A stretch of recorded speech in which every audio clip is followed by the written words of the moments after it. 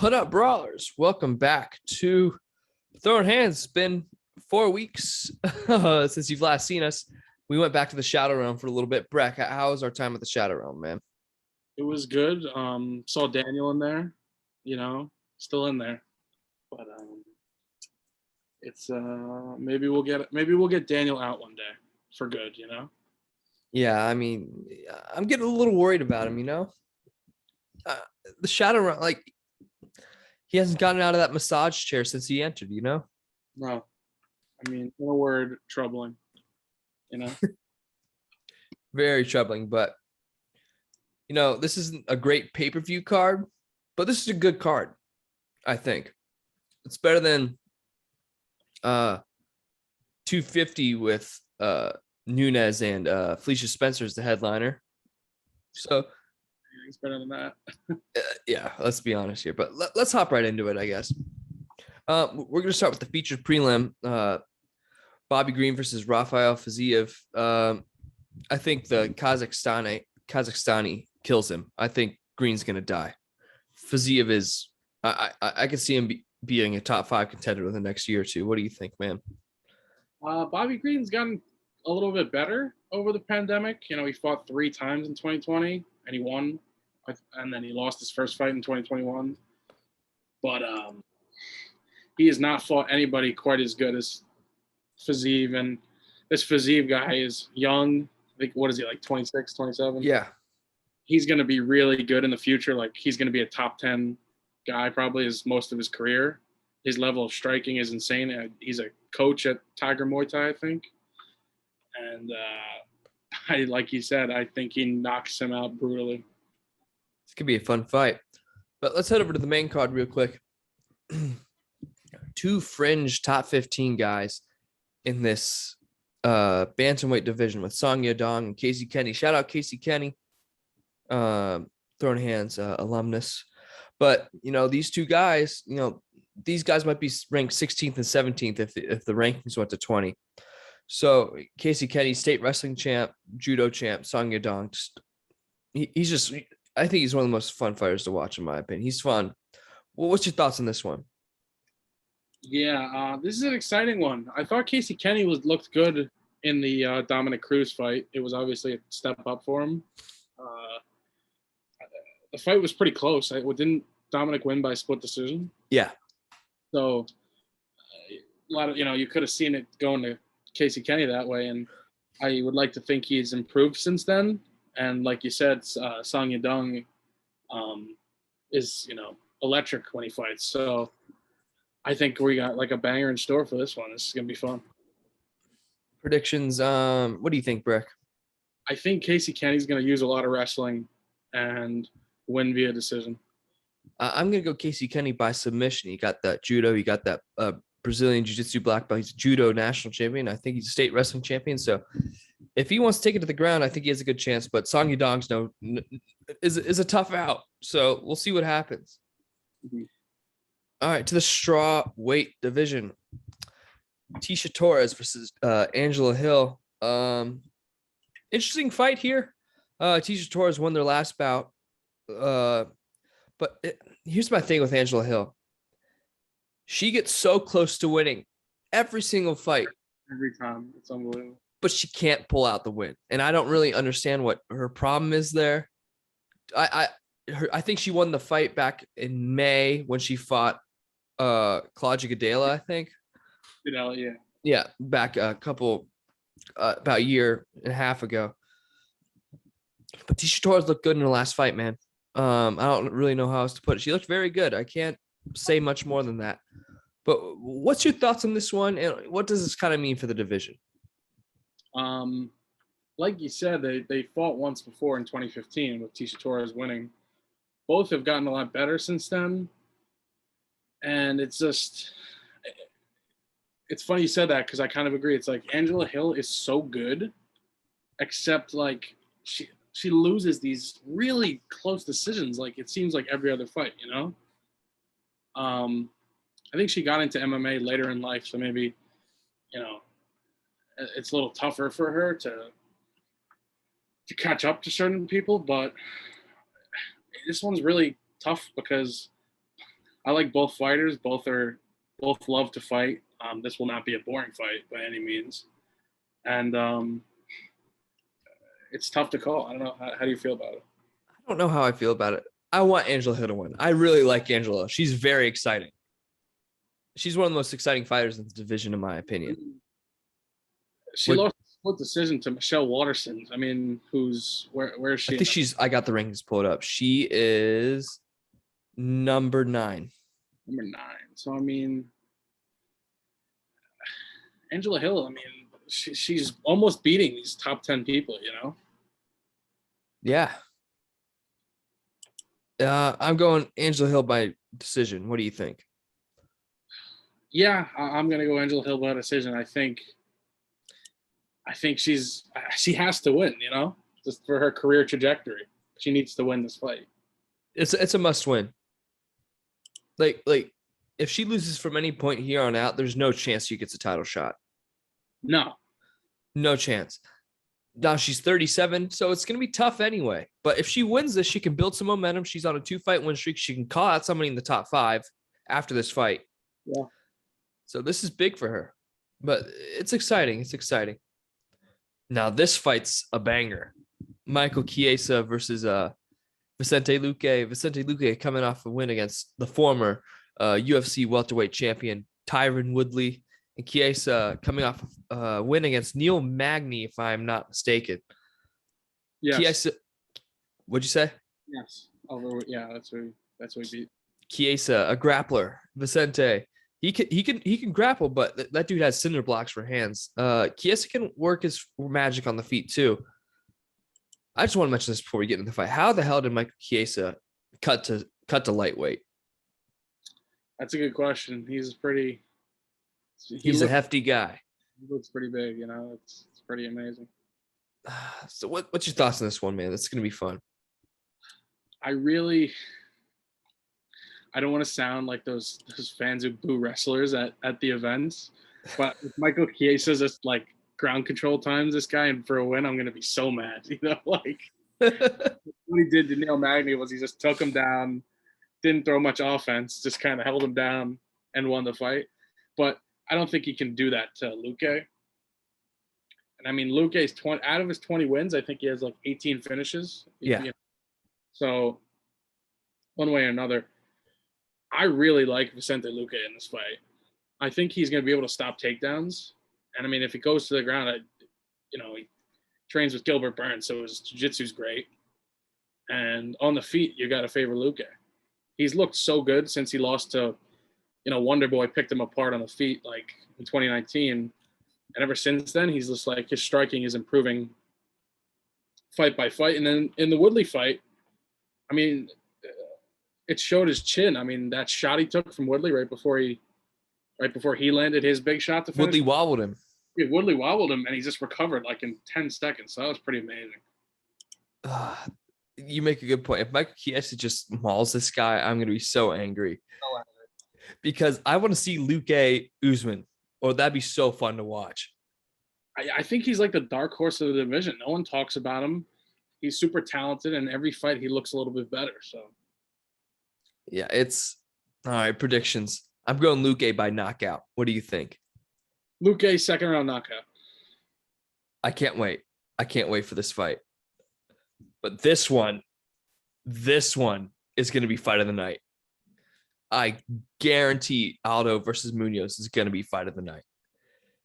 I don't know if you saw Jimmy Rivera's leg after the Pedro Munoz fight. Mm-hmm. Jimmy Rivera didn't have a leg practically. Yeah. These guys are going to be swinging at each other's legs the whole fight, and they're not going to be able to stand after this fight. It's going to be awesome. What do you think? Yeah, I mean, it's crazy how much Jose Aldo has fought in the last 2 years. But like you said, this should be a banger. And I mean, if you look at who these two guys have lost to recently, like Munoz lost to Frankie Edgar and Aljamain Sterling, and then Aldo loses to Volkanovski, Marlon Moraes, and Piotr Jan. It's like these guys have only lost to the very top of competition. So they're right on that little, I don't know what's the word for it, but like they're right outside that top elite level, these two guys, and you got to think the winner of this fight calls out somebody, really high ranked. Yeah. Where do you think, let's say Jose Aldo loses, where do you think his career goes? He's 34, but he's still one of the very best, I think. Where do you think he goes?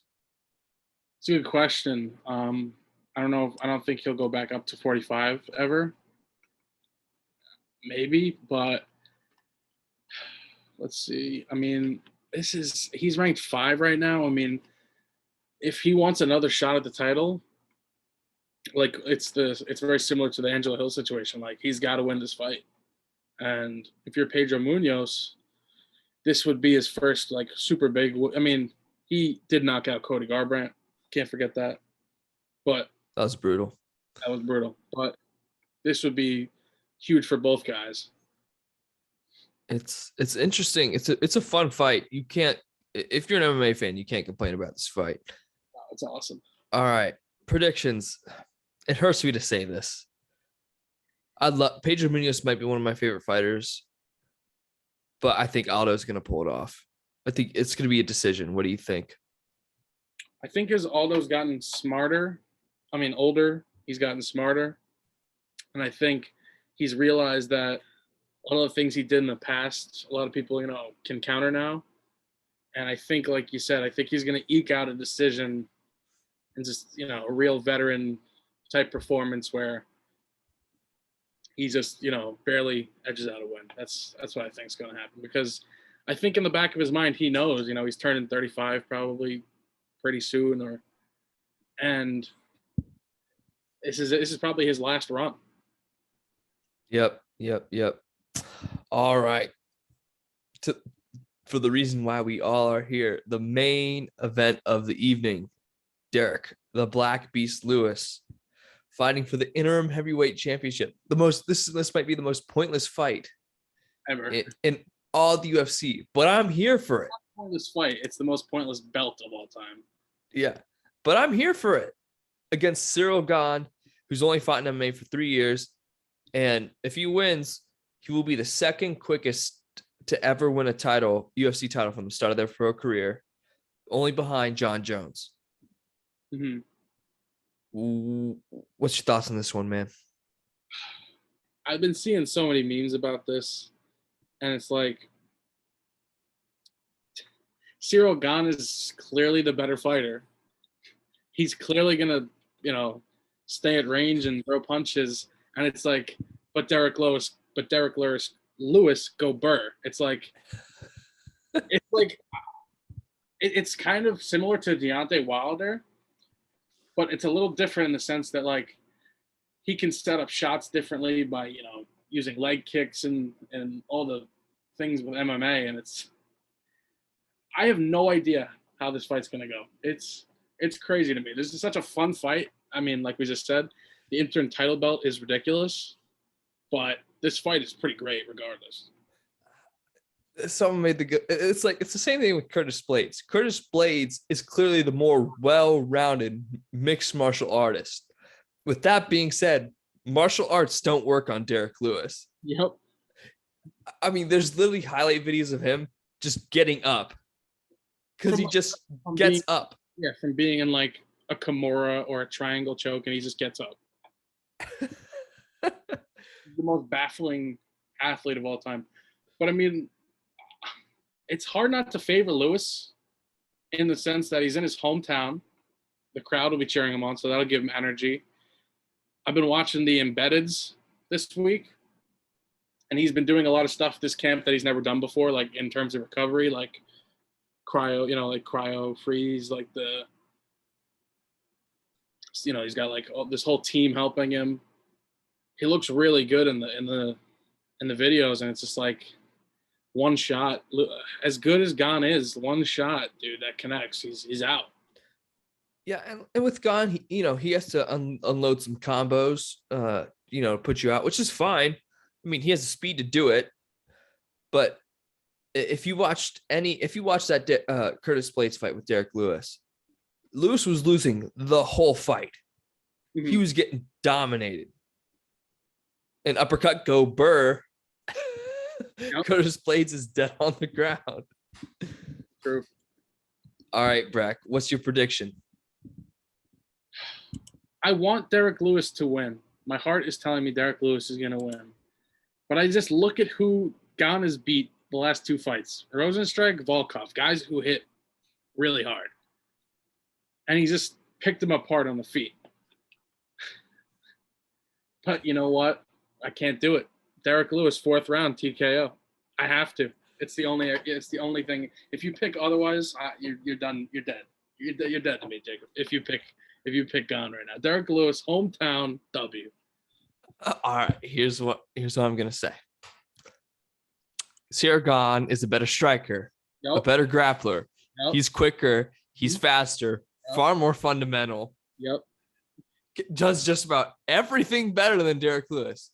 Yep. Correct. That being said, 2nd round knockout, Derek Lewis. There we go. What if Derek Lewis submits him? That would be the most shocking thing of all time.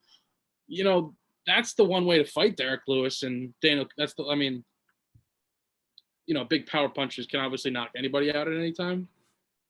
But the way you beat Derek Lewis is the same way you beat, a Rumble Johnson, the way Daniel Cormier did it, where you take him down and submit him. So that's a way that Gane could win. But like you said, Derek Lewis, TKO, in front of his hometown. It's happening. It'd be crazy if Derek Lewis slipped the gilly. Yeah. Or like pulled out like an Ezekiel choke like Alexei Olenek. Mm-hmm. I want to see him open with a flying knee. Remember when he opened against the flying knee against Olenek? Oh, he killed him. He killed him with the knee, and Olenek couldn't catch his breath afterwards. He was done. And then he just finished him with hammer fist. Derek Lewis he was throwing up gang signs behind Ciryl Gane during the. Yeah, he's the best. In the press conference too, Angela Hill and Tisha Torres were like, they were going at it. It was okay. Derek Lewis was like, "Why'd you guys bring this up? like why do you have to stir stuff? He's like, why are you stirring the pot?" Did you see how Derek Lewis took the belt during the press conference and put it over his shoulder? That's pretty funny. It was after the face-off, and he took it from Dana, and he just said he put it up and he threw up the number 1. I do love Derek Lewis, but he's saying that this is the real belt. Calm down, not the real belt. Well, I think that's just his mentality. He has to think it's the real belt. He does, but But it's John Jones's belt, if we're being honest. Speaking of John Jones, Breck, why don't you enlighten the people on what you sent to me on Twitter? So, again, this is like Twitter sources, so it's like that meme where it's like, dude, trust me, and it's like sources. But supposedly, Stipe has agreed to a fight with John Jones later in the year, or early next year. According to Stipe, John Jones has not said anything. I think Dana confirmed it on the Nelk Boys podcast. Yes, but that could just be like, oh, it's in the works. There's nothing finalized yet. But it seems like there's real possibility we get Stipe John Jones at the end of this year, which needs to happen because both guys need to fight. It's been like Stipe, did you see that thing where one championship posted something that was like, who should we sign? And Stipe wrote with the emoji with the glasses, kind of hinting oh, I'll go to one if UFC doesn't give me a fight soon and pay me more. So it makes sense. He'd kill anyone in one. I mean, yeah, he'd make a lot of money too. So I mean, they wouldn't understand what he's saying over there. No, you could just smile and wave. Be the champ. Firefighter. But so Joe Rogan's not commentating. It's going to be Dominic Cruz. I like Dominic. He's smart in his commentating, but he can never turn off that little arrogant part of him. He's a bit of an arrogant fighter, and he can never turn that off when he goes into the booth. Some fighters are really good at being their fighter personality and then being their commentary person. Like Paul Felder to me, great laid back commentator, but he's like a vicious fighter. And I feel like Dominic Cruz can never turn off that little. He's always trying to start something with Bisping or Brandon Fitzgerald. He's always doing something. Yeah, I'm telling you, the best commentary crew is Fitz, Bisping, and Felder. It's the best one. It's pretty great. Yeah, They need to put that on a pay-per-view. Big they ratings right there. do. I think they deserve like almost like a test run. Like they deserve. There's so many pay-per-views per year that you can throw them one or two. You know, the UFC can throw them a bone, throw them one or two. Speaking of pay-per-views, 267 is going to be on ABC. I know in the States, right? And then overseas it'll be pay-per-view. It doesn't matter, dude. That is a free. Let's look at that card. Oh, is that the Jan legendary Polish bout? I go back home to Poland. I spend time with family. I, All right. I hit people real hard, then I go home. So we have Blachowicz versus Teixeira, Sterling versus Jan. Oh man, that's Sterling Jan. The Twitter, like a week up to that fight, is going to be bananas. The whole like back and forth between Jan and Sterling. I mean, they go back and forth like every day on Twitter. It's unbelievable. I think Jan kills him. I kind of agree. We have Hebus versus Janjaroba. Jing Liang versus Hamzat. Hamzat smash. Walt Harris versus Tai Tuivasa. And bam. Volkov versus Tabura. I like Volkov. Yeah, let's go. And Makachev versus Dos Anjos. That's a really good card. And it's going to be free on ABC. It's probably going to start. That's the United Arab Emirates one, right? Yeah, it's going to start in the morning here. It's going to start. No, wouldn't it start at like 1 PM here? Well, late morning for the prelims. Okay. Because last the Holloway Cater fight was in, right? Wasn't that? Yeah, that was in the afternoon. Yeah, it was like at 4:00. That was so nice. So nice on a Saturday too. Like if we could get 1:00 like start time, and then you have like the card ends at like 5 or 6, then you have the rest of the night. That's like the best. But dude, I think Blachowicz dispatches of Teixeira real quick. I do too, and I think it sets up the super fight we need. Jiri Prochazka. Dude, if that dude comes out of the lake in the title fight, it's over. It's over before it starts. I already think he's gonna beat Jan. Like I love Jan, but just like the age difference, and Jiri Prochazka is like he's a zombie, dude. He's iron chin. He is an iron chin. He said he got knocked out versus Reyes. Just got up, kept going, hits a spinning elbow to like destroy the guy's face and win the fight. Like, who does this? Nobody. Dude, Reyes' face was mauled in that fight. Really was. It looked really bad. Like Yuri's like meditating in the forest, like coat of samurai and stuff. Like, it's over. I'm sorry. This guy is gonna be champ for a long time. Dude, when he came out the lake and he screamed, I got chills. Ah! Dude, I literally had hair stand up. I'm like, it was like he was talking to like a deity above, like the gods, like the Norse gods. Like that's who he was talking to right there. Mm-hmm.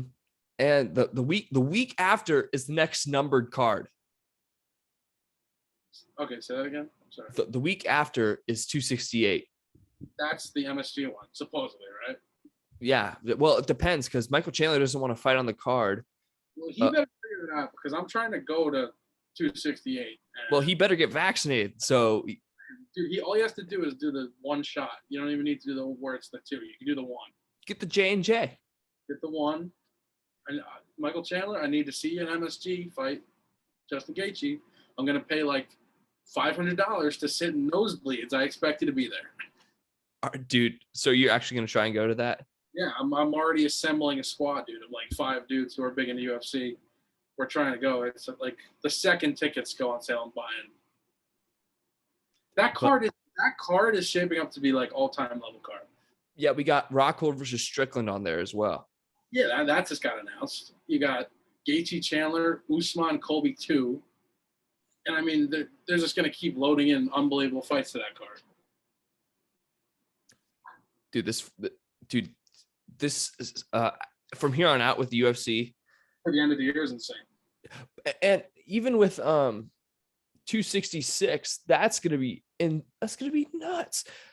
Look, let's go over 266 real quick. You got Volkanovski, Ortega. You got Shevchenko's gonna kill Lauren Murphy. Let's be honest here. Yeah, that'll be over in like 30 seconds. Diaz versus Lawler, Blades versus Rosenstruik, Andrade versus Calvillo, Moraes versus Dvalishvili. That's Diaz Lawler too, also. Yeah, dude, this card's nuts. And then they're gonna try and add Till and Brunson onto this card too. Really? Yeah. Awesome. Because didn't like UFC London fall through because of travel restrictions? Yeah. Right? That's a shame, but they should try to add Leon Edwards versus Masvidal or maybe Gilbert Burns to one of those cards too. And then they're also gonna have to have Amanda Nunes versus Juliana Pena. Murder, Just make it a fight night. Make it a co-main on a fight night. Co-main on a fight night, please. Someone's gonna die. Like it's deserving of a main event because it's a title fight, but in also the sense, if it's a title fight, it'll be over in 30 seconds. Dude, Juliana Pena doesn't know what she's walking into. Oh, she thinks she's like, oh, I'm gonna just like wrestle her. It's like, no. You're not. So shout out BJ Johnson from No Filter MMA. He told me, he's like, guys, Juliana Pena is gonna go in there. She could beat Nunes. I'm like, no, she can't. Yeah, like what? In theory, puncher's chance. In theory. Okay. Remember, like all these people, Megan Anderson has a good shot to beat Amanda Nunes, hits her with one punch, takes her down, submits her. It's like she could have submitted her with either the triangle or the armbar. It was her choice. And she could have also just she could have just knocked her out. She could have just hit her with another shot. And elbows. She was being merciful in the middle of a violent fight. That's how terrifying that woman is. Like, no chance. No chance. The person that could beat Amanda Nunes is Valentina. Yeah, and that's even a stretch. Torres, if she was healthy. Sad that she got hurt again. Yeah. My friend BJ says Misha Tate can also get up and do something. I'm like, she looked good, but she also beat a 45-year-old who was like 9-8 on the way out too. Who was thinking about retirement. She did retire in the octagon. Yeah, so I mean, Misha looked good. Maybe Misha could like fight those top people. Belt, I don't know. Yeah. But let's go over August real quick. So next week we have off. Then we have Cannonier versus Gastelum. Cannonier by murder, dude. Who knows? I think Cannonier is a real problem in the middleweight division. And it's like his fight against Bobby Knuckles. They were like, oh, that was really disappointing. He broke his arm by checking the first leg kick in the fight. Like 20 seconds in, he breaks his arm. Then he fights the rest of the fight with a broken arm and basically almost got finished because his arm dropped and was broken. It's like I think he's Izzy's biggest threat in the division outside of Bobby Knuckles. He's up there, man. He is so dangerous still. I know he's older and he's coming off a loss, but he's still such a danger. Although if Till beats Brunson, Till's getting the title shot.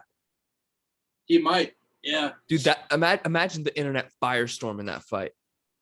That's what we need. Izzy Adesanya can't stand up to me.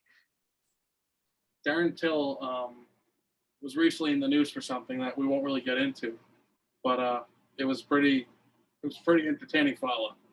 It was pretty funny. He basically was like, they're like a mob of people came to cancel him, and he was just like, no, no, and then just continued on saying what he was saying, which is pretty funny. I know we've talked about this many times before on this podcast, but Darren Till has far and away the best Twitter. Nobody beats his Instagram too. The best. Him and going back and forth, like doing like a little banter between them, hilarious. Oh, we didn't talk about how Ariel Helwani and Darren Till got into it on Twitter. Oh yeah, that was funny. On the Instagram Live, rather. Instagram Live. Yeah, that's pretty funny.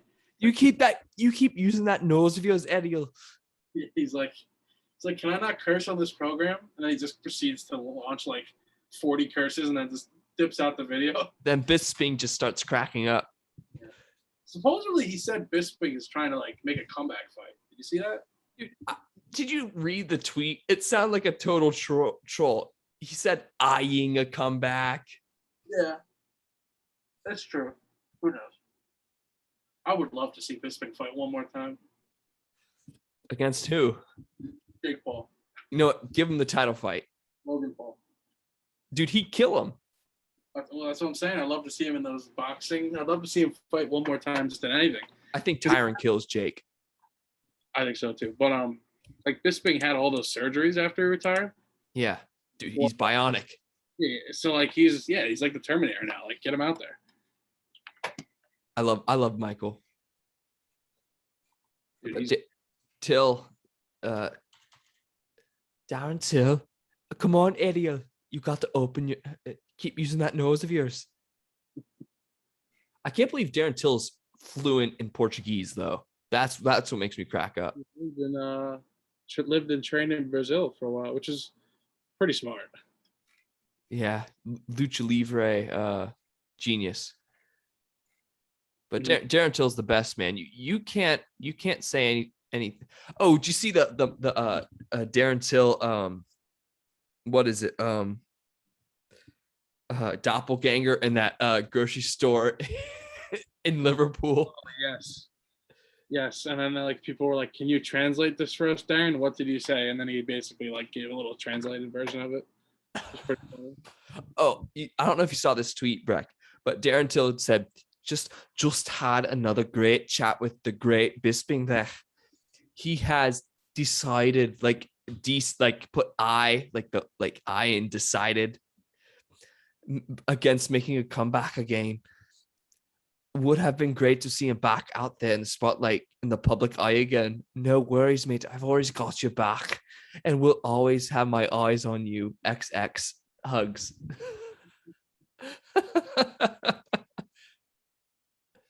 He's so funny. He is. He really is. So funny. When he and Marvin Vittori went at it, like remember that video he posted of the policeman standing outside the station? Oh, it's the police. Yeah. The best video he posted. Dude, there's been some really good fights announced recently. Oh yeah. What are some other ones? Yeah, Costa Vittori for October. Dude, that press conference is going to be inaudible. Inaudible. They're not going to understand a word. Paulo Costa is just going to have like a wine. He's going to have a thing of wine just the whole time, just parading it around, being like, "Look, I'm drunk guy. I can't win." And like he also had that hair transplant, which was so odd. It's like, dude, you're like 30. What are you doing? Well, he was thinning. He should just let it go bald and then get it. Yeah, it was a little odd. Who else we got? We got Cody Garbrandt, Kaikara France, December. That's gonna be a banger. That's a really good one. I think Cody could have lots of success at 25. Yeah, he walks around at 140. Yeah, so 25 is not like the worst cut for him. And then Holloway, Yair got rebooked for November. Dude, that someone's gonna die. I mean, Yair is gonna die. You mean? And maybe. Dude, Yair is awesome, and he does a lot of spinning stuff. Spinning stuff go burr, but like not against Max Holloway. Dude, I think Max, he could get knocked out in this fight. There's going to be a fight coming up. Knocked down. He ain't getting knocked out. He'll get knocked down in this fight, I think. Holloway is winning, and then he's going to fight Volkanovski for a third time. I think Ortega beats Volkanovski. I think Volkanovski ragdolls Ortega. Come on, Ragdoll Ortega is one of the best jiu-jitsu guys in the division. I'm gonna just keep him down the whole fight. I think Volk should go up to heavyweight after this. He could do 220 rugby days. Yeah, I can see it. Yeah, dude. But that Vittori Costa press conference, no one's gonna understand what anybody's saying. No. All right, Breck. That's all I got. You got anything else, man? No, I got nothing else. Well, Breck, It's great to be back at Throwin Hands Podcast LLC back again. That was a fun episode. We'll be back to review, right? Oh yeah. Oh yeah. I think we're back. The fire's back in me. I feel it. We're back. All right. Any last words, Breck? Derek Lewis sets the KO record this weekend. Doesn't he already have it, or is he tied with Vitor? Tied with Vitor. He's gonna get it. He's gonna get it. Gone is faster, bigger. Well, not bigger. He's faster, quicker, more technical, more striking arsenal, better grappling. Then again, Derek Lewis, second round TKO. See y'all later.